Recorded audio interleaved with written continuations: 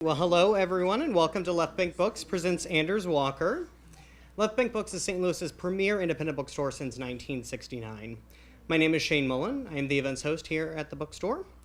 It's only with your support that we're able to bring in so many wonderful authors to the local literary community. When you make a purchase from a local independent business, your money goes back into your own schools, parks, roads, and community projects at a much higher rate than when you buy at a chain store or online retailer. So thank you for supporting us tonight. We are in our last couple of days for our River City Readers fundraiser. Our summer fundraiser is sponsored by wonderful people like you. We sponsor 5 classrooms at St. Louis Public Schools to get books into the children's homes, building a home library. The significance of having age-appropriate books in the home is staggering towards success in life. You can ask Alyssa, B, or myself how you can make a donation of any amount tonight. So far, we have 110 students sponsored from donations from customers exactly like you. So if you would like to make a donation of any amount this evening, you are more than welcome, and we thank you. A couple of upcoming events that you might be interested in, and I swear I did not know you were going to be here. On Tuesday, September 11th, we are hosting the book launch for St. Louis author Anthony John for his middle grade novel, Mascot. I will be making my summer sangria, Summer on the Hill, and we'll have punch for the kids. Yes, there will be alcoholic beverages at a middle grade book event. There will also be beer. Anthony's events are, needless to say, fun for readers of any age, and this is the perfect opportunity to buy gifts for any middle schooler in your life. On September 13th, Thursday, September 13th, you can join us and DeRay McKesson, the internationally recognized civil rights leader and host of the podcast Pod Save the People, for a timely conversation on culture, social justice, and politics, and that will be at the Union Avenue Christian Church. The conversation will also examine the core themes of DeRay's upcoming first book, On the Other Side of Freedom, The Case for Hope, a meditation on resistance, justice, and freedom, and an intimate portrait of the Black Lives Matter movement from the front lines. DeRay will be joined by guests for a live, no-holds-barred conversation about inclusion, community, and progress designed to empower a new generation of leaders. And tickets are on sale now on our website, left-bank.com. We have announced our lineup for BookFest St. Louis. We are very happy that Sally Field will be our keynote speaker this year. Tickets are on sale now for that and going very quickly. So be sure to visit bookfeststl.com to find out information about all of our fantastic authors this year. I will be moderating the mystery panel, so I'm very excited about that. Be sure to join our mailing list and check out all of our events at left-bank.com. I am now very proud to introduce Anders Walker for Left Bank Books. Anders teaches law and history at St. Louis University and is the author of The Ghost of Jim Crow, How Southern Moderates Used Brown v. Board of Education to Stall Civil Rights. Professor Walker's research and teaching focus on intersections began between constitutional law, criminal law, and legal history. His articles have appeared or are forthcoming in the Columbia Law Review, the Washington University Law Review, the Wisconsin Law Review, the Hastings Law Journal, and the Florida State University Law Review. I have subscriptions to all of those.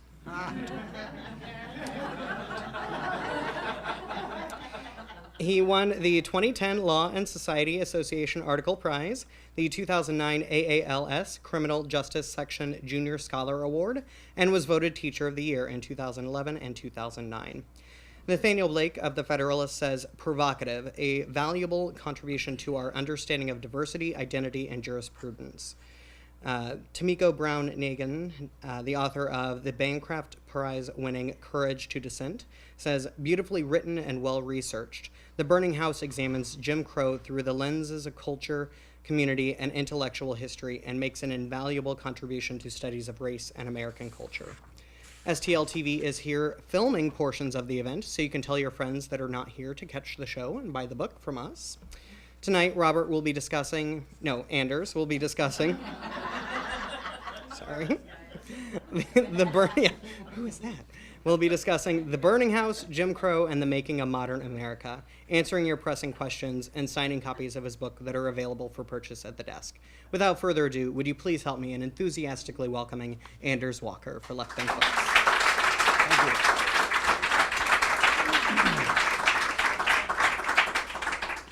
Good evening. Thank you all for coming. This is a highlight It's the penultimate stop on my book tour, which began in Oxford, Mississippi, at Faulkner and Yoknapatawpha, where I met two of Faulkner's nephews, neither of whom had ever read his work. And they were proud of that. This project began teaching a constitutional case. I teach law at SLU. And the case in question was decided in 1978 by a Supreme Court justice named Lewis F. Powell, Jr. Powell, who was born in Richmond, Virginia, declared that diversity was a compelling constitutional interest. This was the first time the court had ever considered diversity at all, and Powell elevated it to the level of national security. So in constitutional law, if the government has a compelling interest, usually national security, it can suspend all other rights. By declaring diversity to be a compelling interest, Powell raised eyebrows on the court. In the same opinion, however, Powell also closed the door on affirmative action. Many people thought, oh, diversity is a form of affirmative action. It is a rubric that is used in college admissions to try to create more diverse classrooms by admitting students who had suffered past or present discrimination who may have had lower scores. Powell said, yes, diversity is a compelling interest, and schools like Harvard, is now being sued, as you might have read, by Asian American applicants, Harvard can admit students with lower grades for purposes of diversity, but Harvard cannot admit students with lower grades for purposes of affirmative action.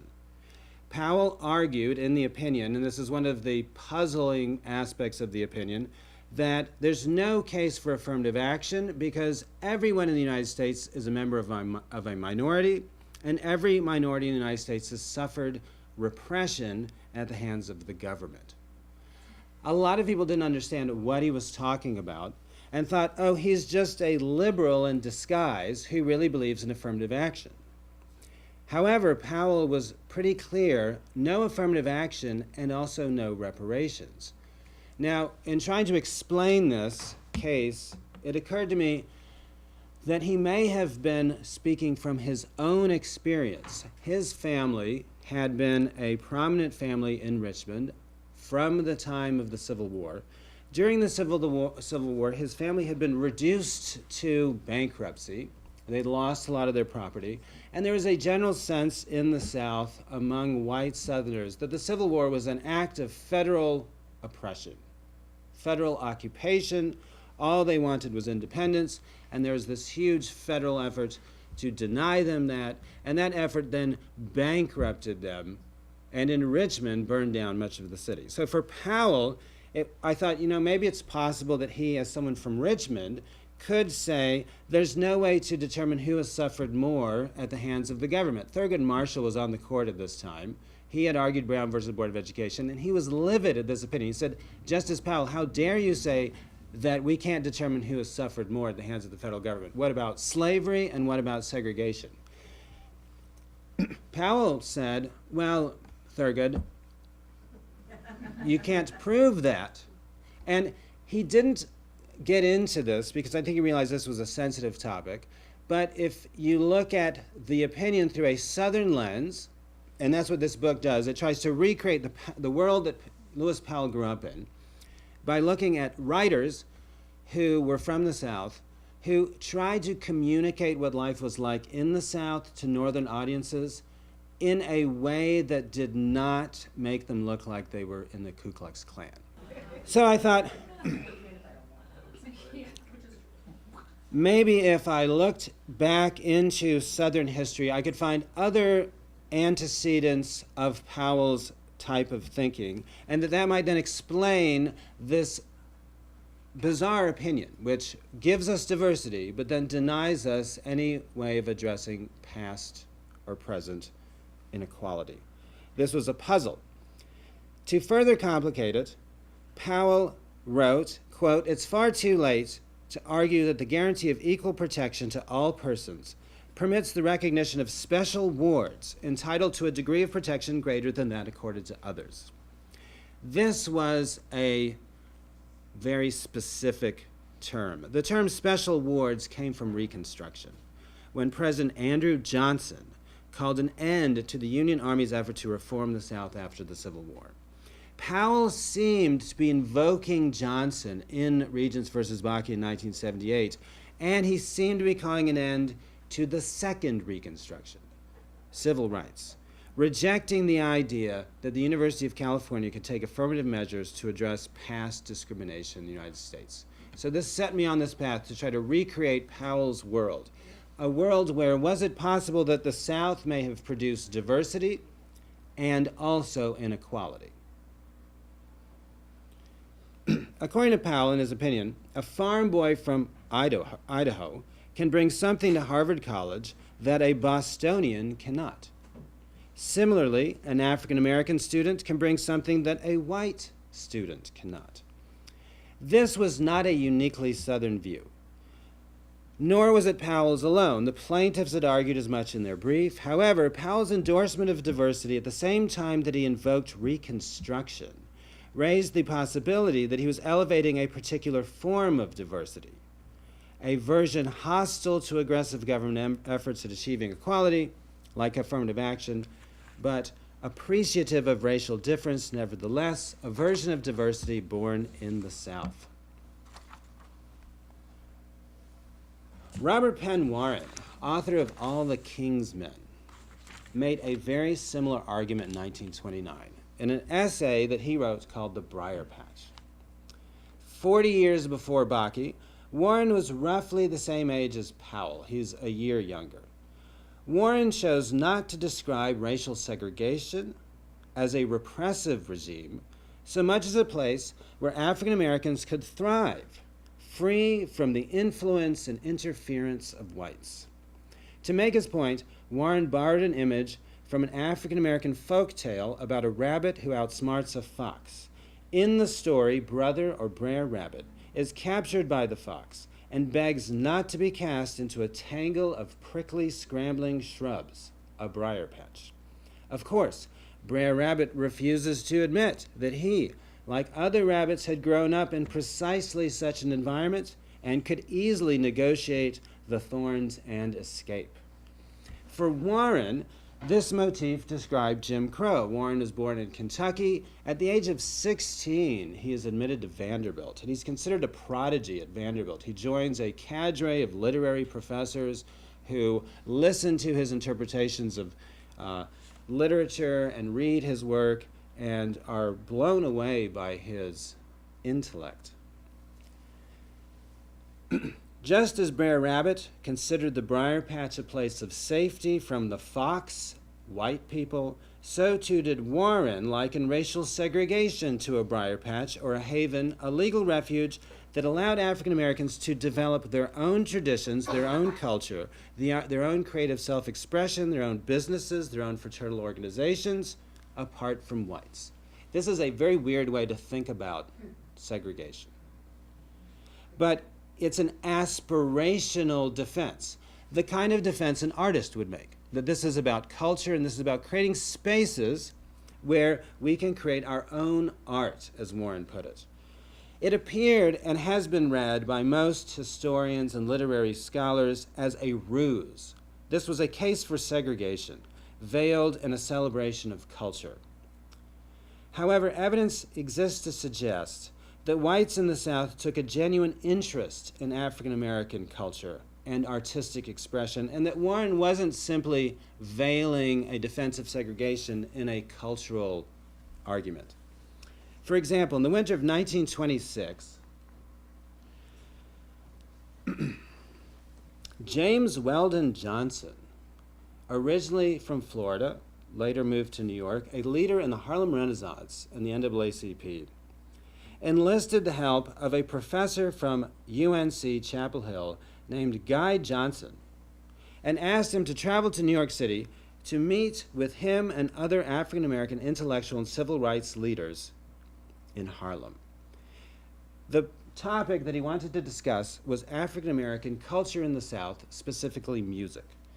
Born in Florida, Weldon Johnson already enjoyed national acclaim for composing a popular song entitled Under the Bamboo Tree, and a more serious song called Lift Every Voice and Sing, later celebrated as Black America's national anthem.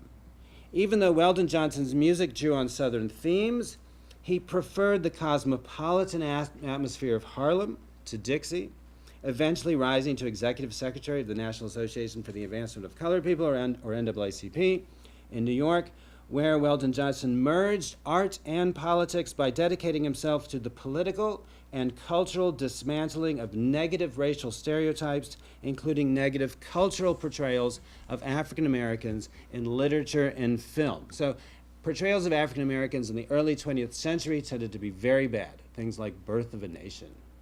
The Harlem Renaissance was a response to this, an effort to recast African Americans as a wellspring of American culture.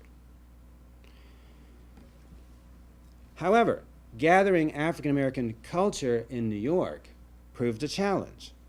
To aid him in this project, James Weldon Johnson enlisted Guy Johnson, no relation, from UNC Chapel Hill.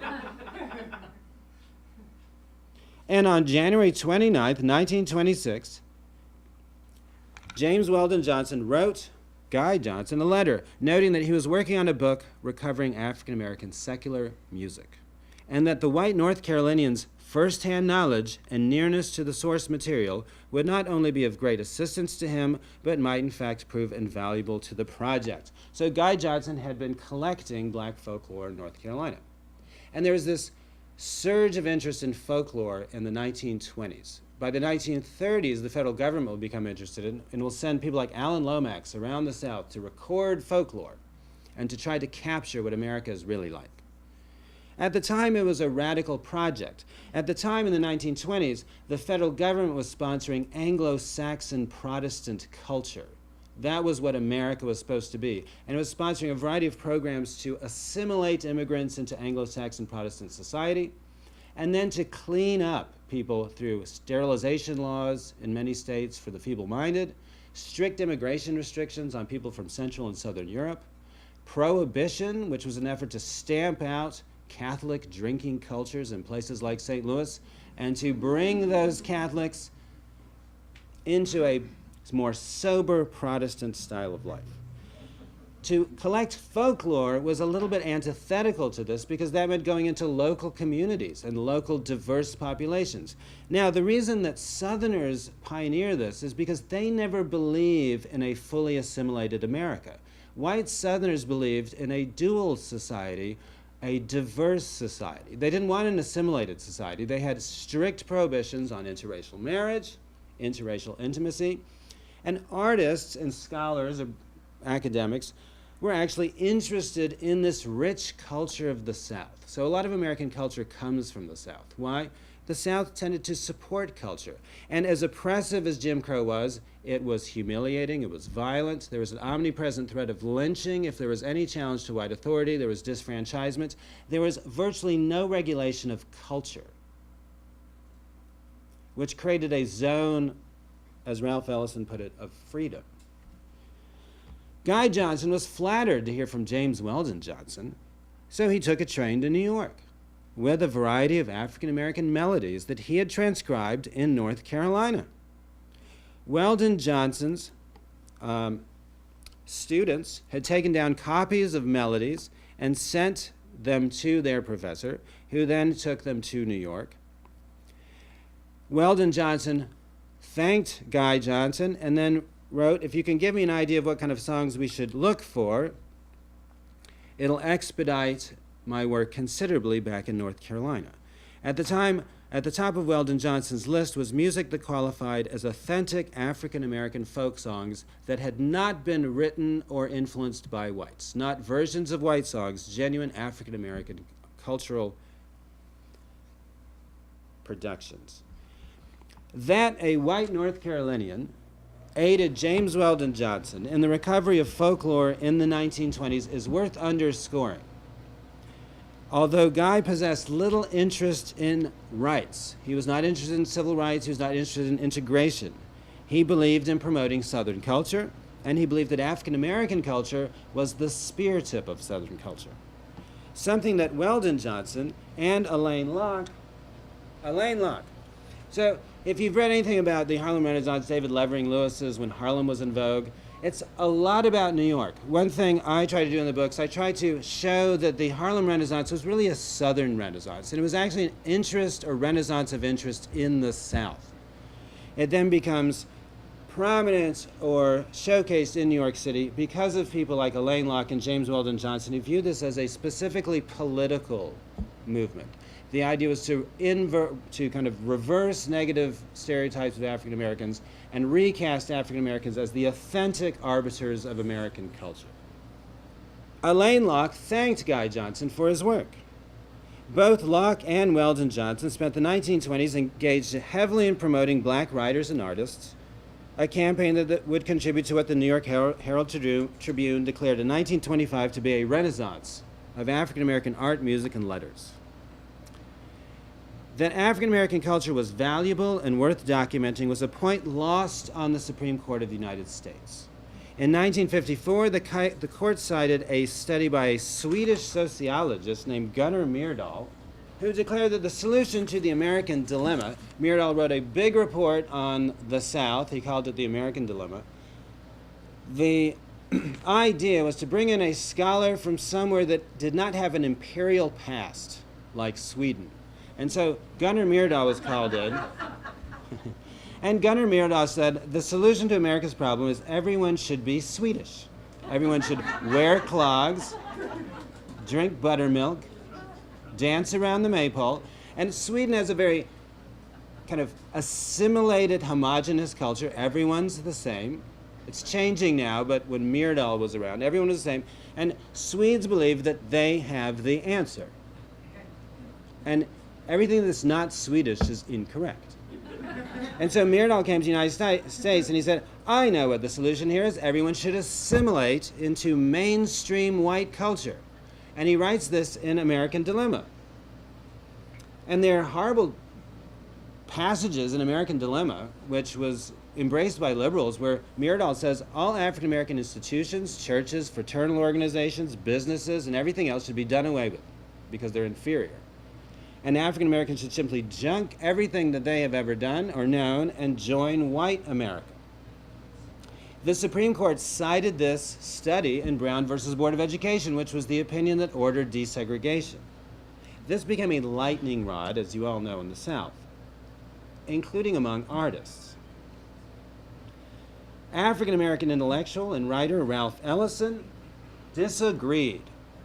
Ellison made this clear in a scathing review of American Dilemma in 1944, which, as he saw it, portrayed black life as simply a reaction to the dominant white majority. Quote, how can a people live and develop for over 300 years simply by reacting? Reluctant to view African American culture as pathological or inferior, Ellison challenged Myrdal's claim that white culture was somehow better, noting, for example, that radio advertising, Hollywood, and lynching were all products of white culture, and that African Americans stood to gain little from embracing such phenomena. And here's where the project got interesting. So people like Ralph Ellison look at white culture and say, we don't want anything to do with it. It's racist, it's violent, it's paranoid. And so Gunnar Myrdal, who's generally wheeled out as a hero, becomes in the South a bit of a pariah because people start to say, well, you don't really understand what's going on down here. And what is going on down here is complicated, but also valuable. This thinking emerged in Ellison's novel Invisible Man.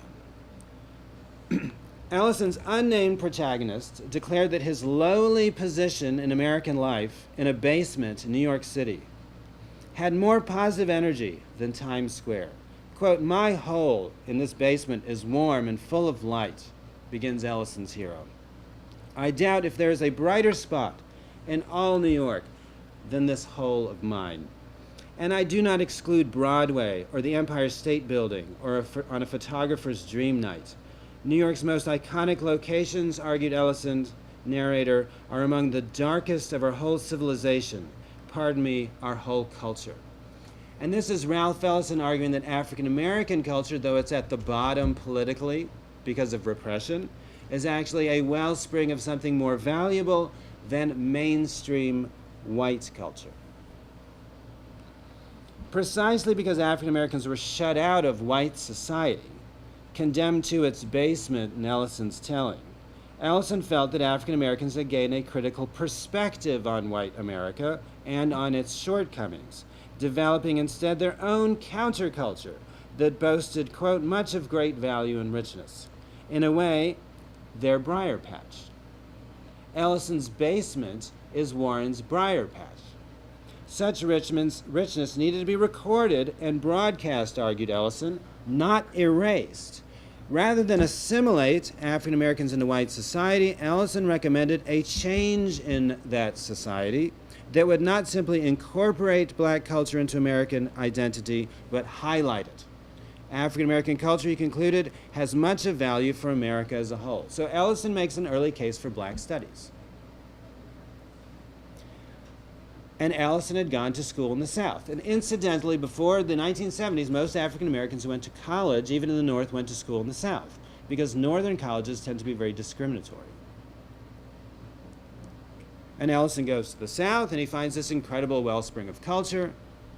And then he becomes friends, believe it or not, with Robert Penn Warren.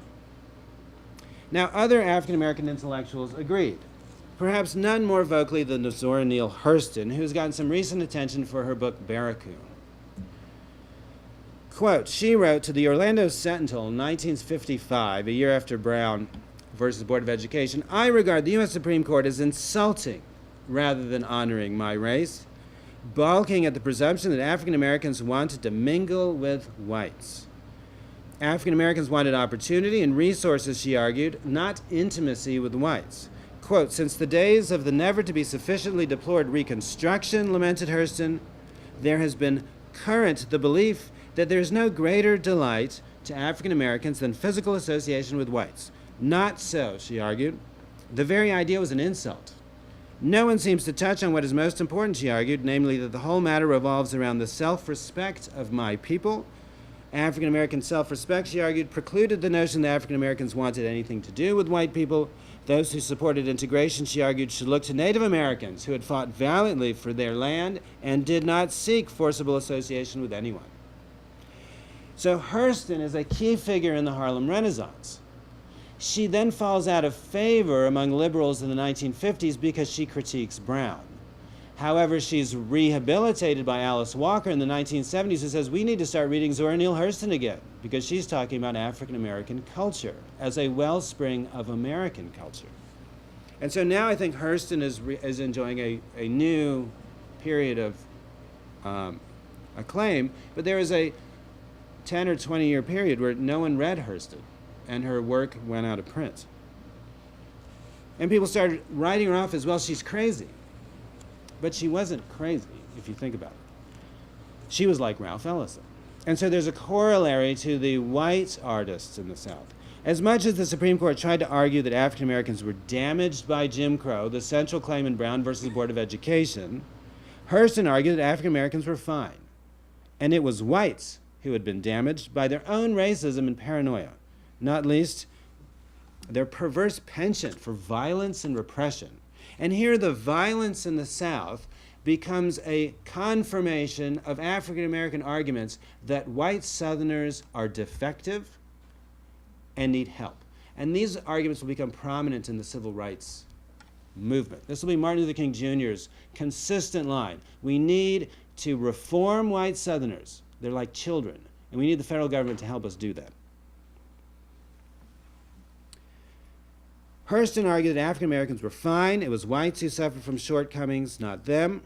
Quote, the idea of human slavery is so deeply grounded in European history, argued Hurston in 1942, that the pink toes, her term for white people, can't get it out of their system. To illustrate, she cited the British colonization of India. If the English people were to quarter their troops in France rather than India, argued Hurston, they would be occidentally execrated. However, the British government does just that in India to the glory of the democratic way. So she impugns the British Empire as a bastion of white privilege, which she said is actually mired in oppression. and they're hailed as not only great empire builders, but leaders of civilization. Such pretensions to civilization and civilized life bothered Hurston, who felt that Southern whites dressed their own cruelty and violence and paranoia in the garb of cultural superiority. So she makes a cultural case against the white South, but also against integration with that South.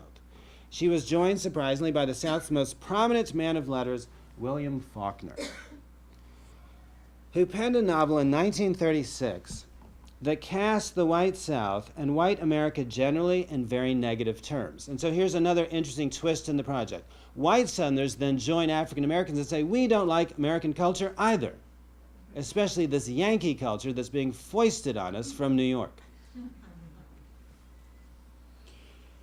His 1936 novel was styled Absalom, Absalom, exclamation point. The book told the story of a white planter, Thomas Sutpen, who flouts civility and manners to selfishly construct a huge plantation in Yoknapatawpha County, Mississippi, only to then marry an evangelical preacher's daughter named Ellen Coldfield and produce 2 children, Henry and Judith. The marriage in Faulkner's telling symbolized the marriage of rapacious capitalism. This is Sutpen, who builds Sutpen's 100, this huge plantation, and he defies all social norms. He has no manners. His marriage to an evangelical prohibitionist woman. And Faulkner notes there was neither wine nor whiskey at their betrothal dinner. Now, William Faulkner is interesting because William Faulkner was a drunk. But he couldn't get any booze, because Mississippi never repealed prohibition. So in 1936, he still can't get any bourbon. William Faulkner had a connection who would get him cheap bourbon, and he would then get as much as he could and bury it in his backyard. And when he got it, he would drink all of it, which is part of what led to his problems with drinking. When he finally got to places like New York, he would get a hold of booze and he would pass out in his room, and people would have to monitor him and make sure that he could attend his events. He was sent by the State Department to Japan, believe it or not, after World War II, and he had to have a handler to keep him from walking into bars and buying booze. But he couldn't get a drink in Mississippi. Why? Because white Mississippians had enforced prohibition. Why? To promote or support Anglo-Saxon Protestant values, and with that, this notion of a certain type of racialized America. And Faulkner started by the late 1920s and 1930s to become very critical of where America was going. His novels start to cast white Southerners as declining, and then he started to look to African Americans as a place of hope.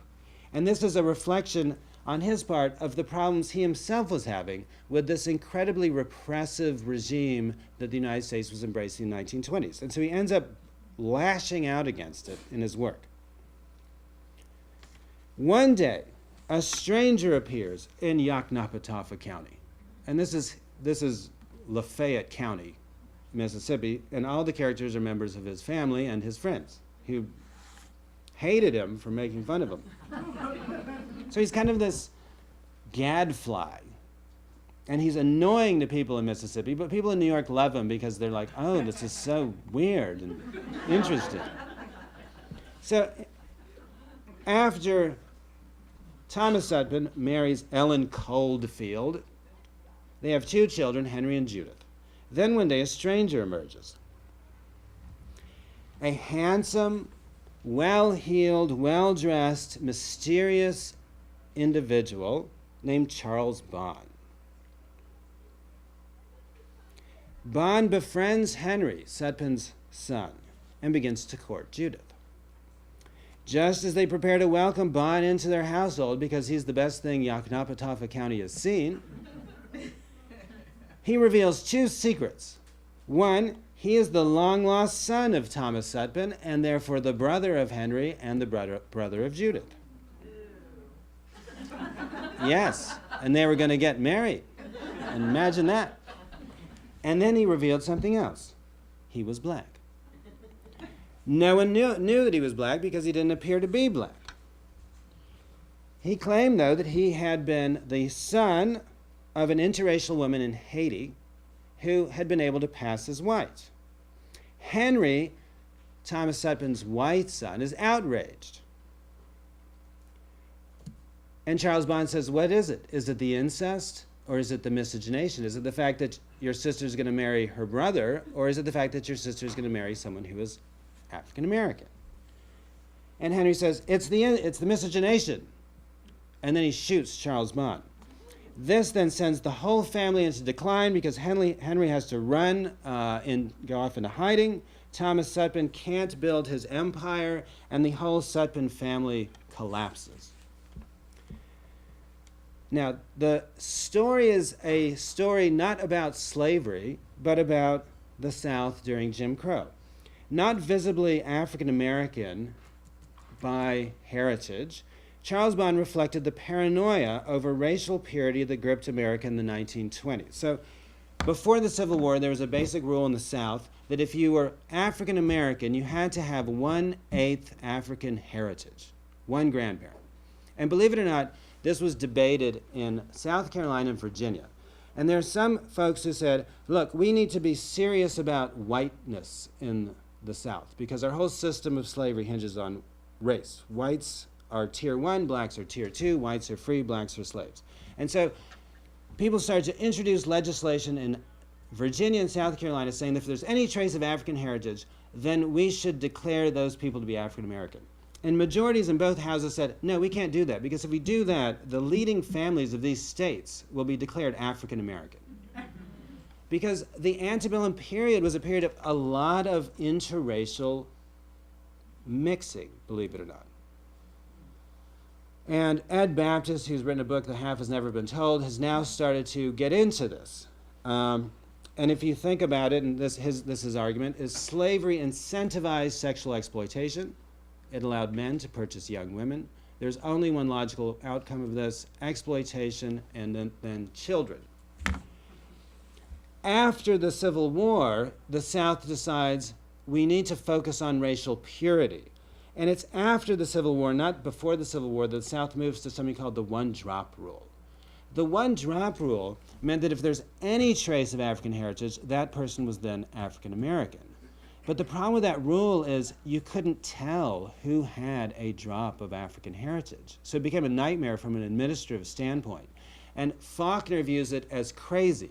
And so his book, Absalom, Absalom, is about the insanity that was gripping the South in the 1920s under Jim Crow with the Prohibition and the argument about Anglo-Saxon Protestant civilization and white purity and eugenics. So if you've read Sound and the Fury, this is where he really kicks it off about eugenics. He starts the Sound and the Fury with Benji, the mentally or intellectually disabled white narrator. This is Faulkner giving a middle finger to white supremacists, saying, you want white supremacy? I'll give it to you. It's Benji, the narrator of The Sound and the Fury. And so he's lashing out against this white mainstream culture, the same thing that Ralph Ellison's lashing out against. And it's interesting. And so there's then these bizarre correlations between folks like Faulkner and Hurston and Ellison and Warren. No one sensationalized the idea of white America as a collapsing or burning house, which was one of the words Faulkner used for Thomas Sutpen's plantation. No one sensationalized this idea more than James Baldwin. So the title of the book really comes from a Baldwin line, but it could also come from Faulkner, whose initial title for Absalom, Absalom was The Burning House. The house ends up being burned down by a child, another child of Thomas Sutpen, who is also a slave. Quote, there's certainly little enough in the white man's public or private life that one should desire to imitate, observed Baldwin in an essay to his nephew, for white people cannot in the generality be taken as models of how to live. Rather, the white man is himself in need of new standards, which will release him from his confusion and place him once again in fruitful communion with the depths of his own being. Here, Baldwin expressed doubts about Gunnar Myrdal's view of assimilation into the white mainstream, suggesting instead that whites were flawed, their civilization compromised, and that only when African Americans had achieved unconditional freedom would the country endure. This is The Fire Next Time, one of Baldwin's most famous essays. Further, it would be African Americans, not whites, to lead the country's salvation, in part because only they could lead their white peers to discover their buried moral conscience. Whites were so gripped with racism, paranoia, and violence that they were lost. Quote, the only way he can be released from the Negro's tyrannical power over him, argued Baldwin, is to consent to becoming black, to become a part of that suffering and dancing country that he now watches wistfully from the heights of his lonely power. If that didn't happen, Baldwin implied, desegregation would fail, civil rights would fail. Quote, do I really want to be integrated, he said, into a burning house? So Baldwin is probably one of the most forthright, bare-knuckled exponents of this idea of integration might not be the solution.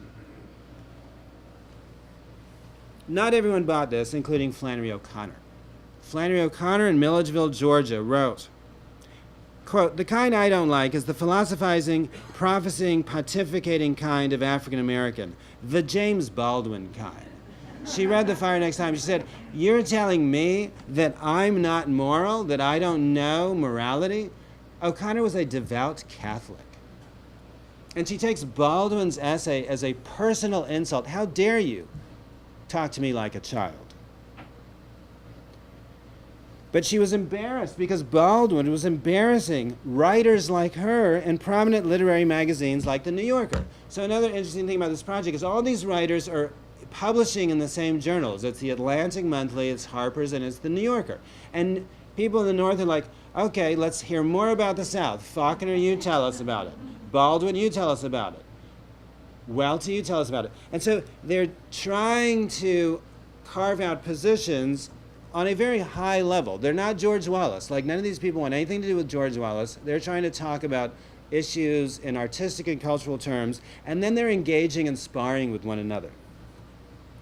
So the New Yorker had published Baldwin's essay to rave reviews, prompting Baldwin to reissue it along with a letter to his nephew in a small booklet entitled The Fire Next Time in 1963.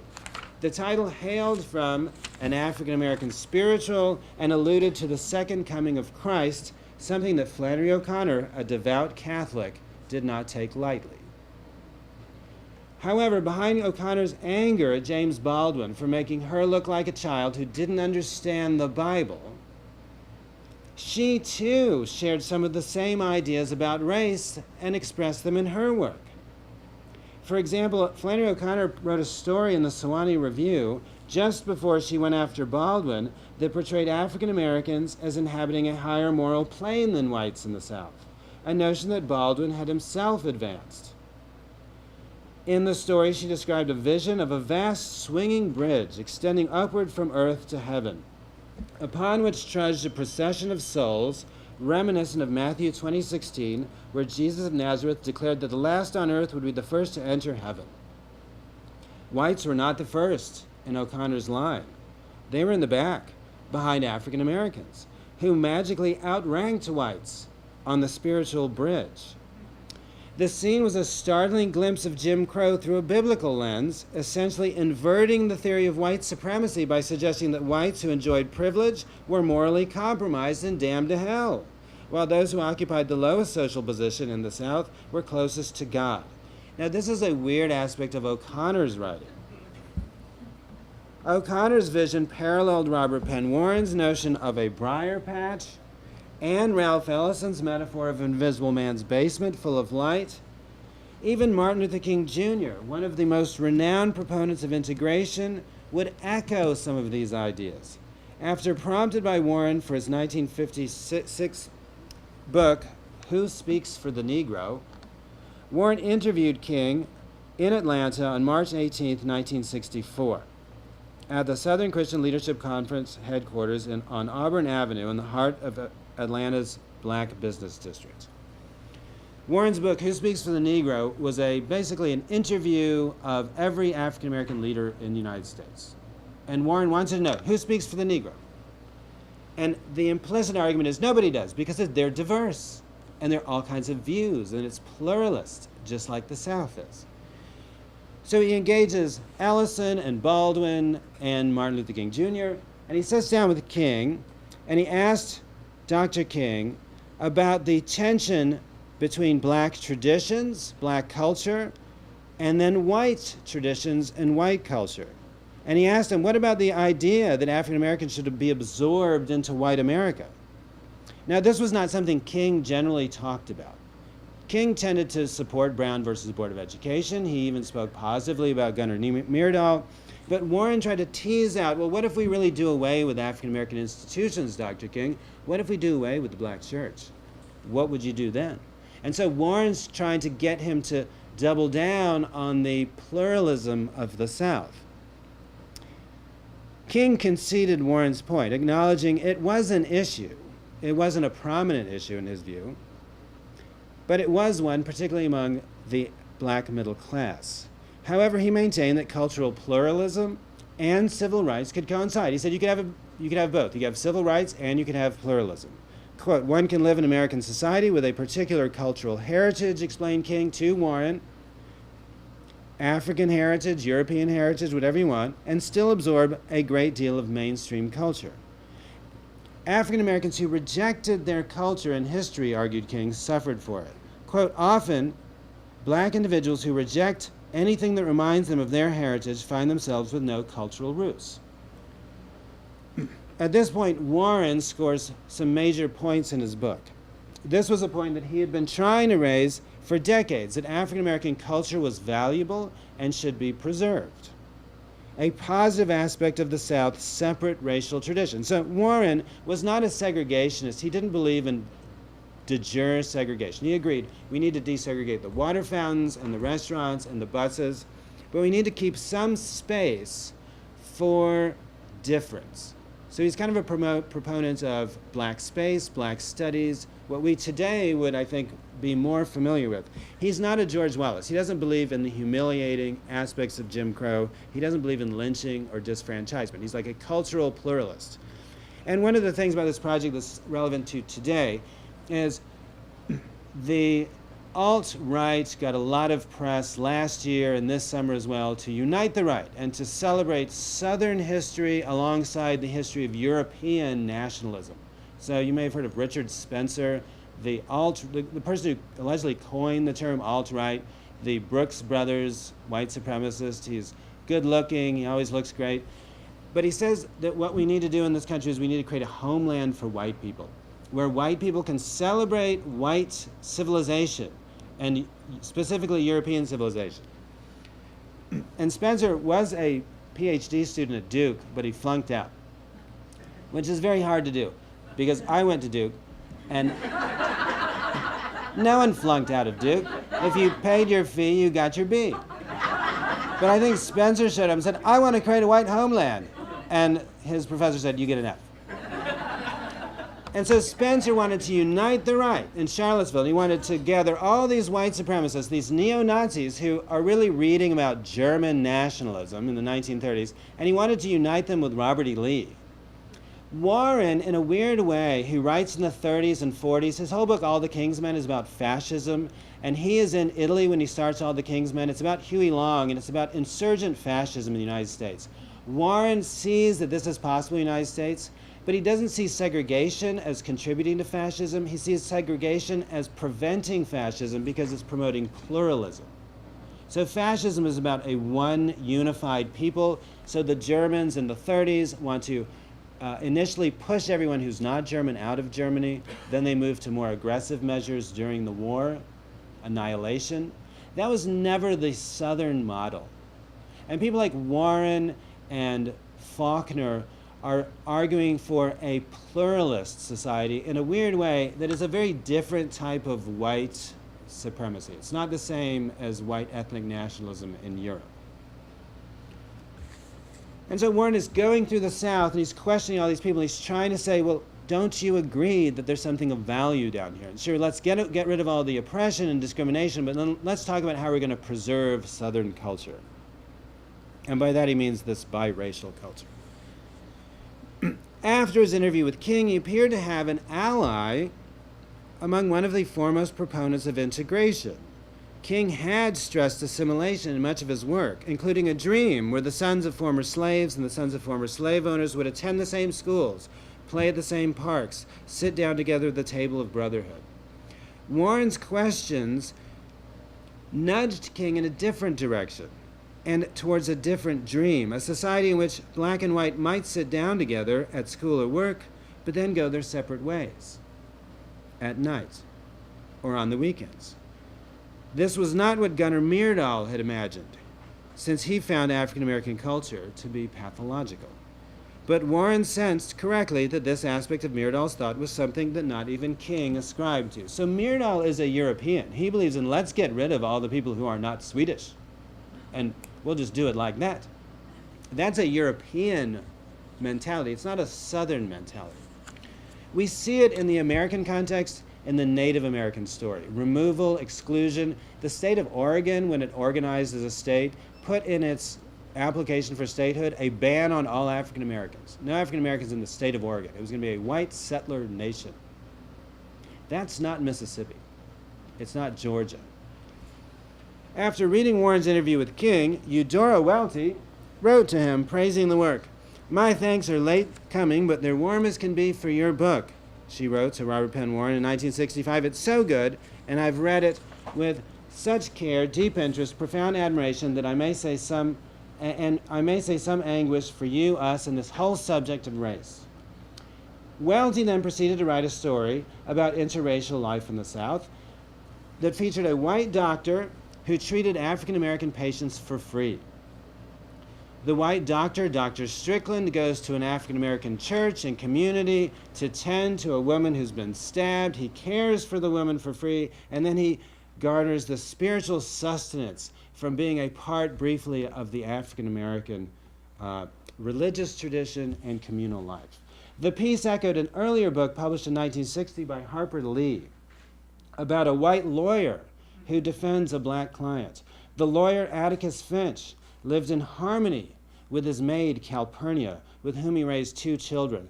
To Kill a Mockingbird is probably the most eloquent exposition of this Southern pluralism. In the book, Atticus, whose name is an allusion to ancient Greece, Attica, the home of Plato, who espoused non-romantic love, and Calpurnia, his maid, her name is the name of Julius Caesar's 3rd wife. She's a proxy wife to Atticus.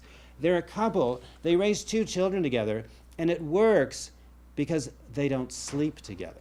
At the end of the day, she goes back to the quarters, her part of town. And in one passage in the book, she takes Scout and Jem to her church. And people in her church say, "What are you doing bringing white children to our church?" And Calpurnia says, "They're my guests." And then Scout reports back, "We went to Calpurnia's church. It was incredible. There was different liturgy, different hymns. Calpurnia herself spoke differently." And it's Harper Lee trying to describe this pluralism in the South that is destroyed when Mayella Ewell tries to seduce Tom Robinson. And in his closing argument, Atticus Finch argues, if Mayella Ewell had only adhered to our code of segregation, everything would have been fine. Look at me and Calpurnia. We work closely together, intimately. But it's all okay because we are not sexually attracted to one another. We are separate. Mayella Ewell gets both barrels from Atticus for trying to seduce Tom Robinson. And his closing argument, if you reread it, is a defense of Jim Crow. He doesn't talk about integration. And one of Harper Lee's big problems is the book then gets picked up later as a tome of civil rights. And then when her earlier draft, Watchmen, Go Set a Watchman, comes out, everyone's like, oh my God, Atticus is a segregationist. Yes, he was. But he's like Robert Penn Warren. He's like William Faulkner.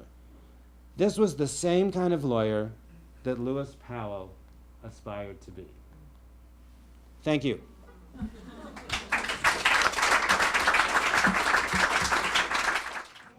What do you expect people to get from this? Or how do you want them to feel or look at the various aspects of the book? Well, so a couple of things. One, the book argues that diversity, which is an ideal that many people embrace, really comes from the South. And so the book really asks the question, what is it about the South that may be worth preserving or remembering? So we're now in a moment where we want to tear down Confederate monuments, and certainly no one wants to celebrate things like slavery. But this one opinion suggests that in the South there was this appreciation for culture and for difference, and that this might be something that we can reflect on as positive, even as we try to move beyond inequality and the vestiges of disfranchisement and oppression. And you know what? It's interesting too how you almost say that the narrative has been changed over the years from what actually happened. You talk about the 1920s, for instance. Yeah, so the United States took a dramatic turn, and we collectively forget this, that in the 1920s, we were going down not just the same road that Germany was going down, they were following us down that road. We were embracing eugenics, sterilization, racial purity, strict immigration restrictions, prohibition, strict moral controls. The Germans were taking notes.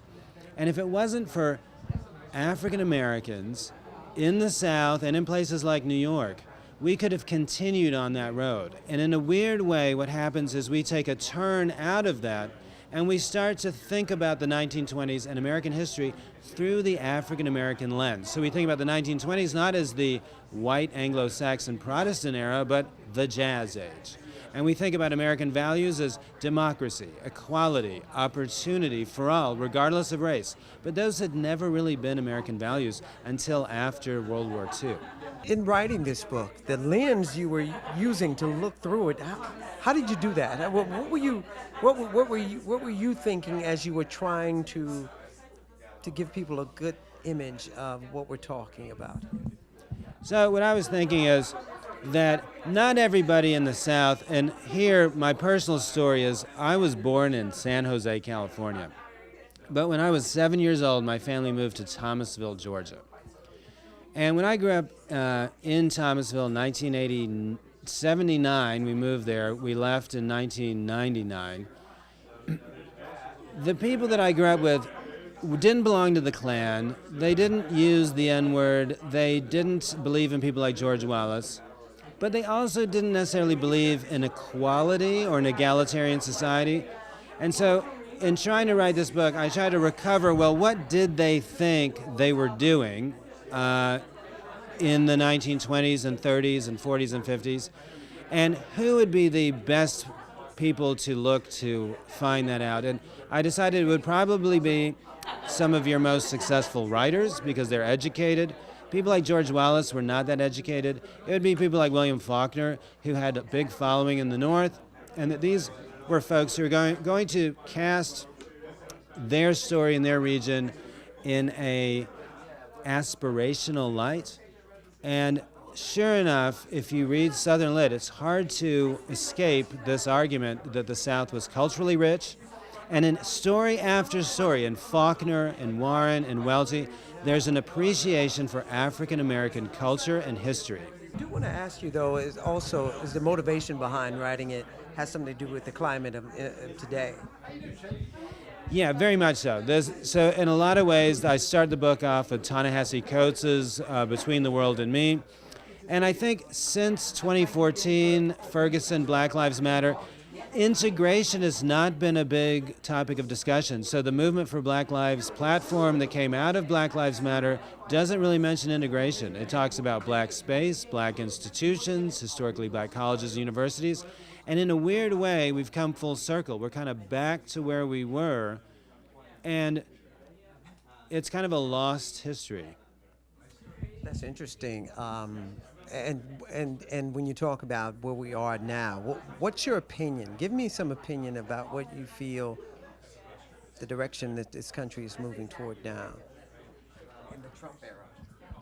Well, I think, the irony about the Trump era is as much as Trump has indicated support for white supremacists and racists, this is an embarrassing moment for white people. This is a low point. He's an embarrassment. He's kind of a joke. And if you compare him to the Obama administration is now looking like the kind of quintessentially professional, classy, responsible model of leadership. And I think the contrast now is really pretty stark.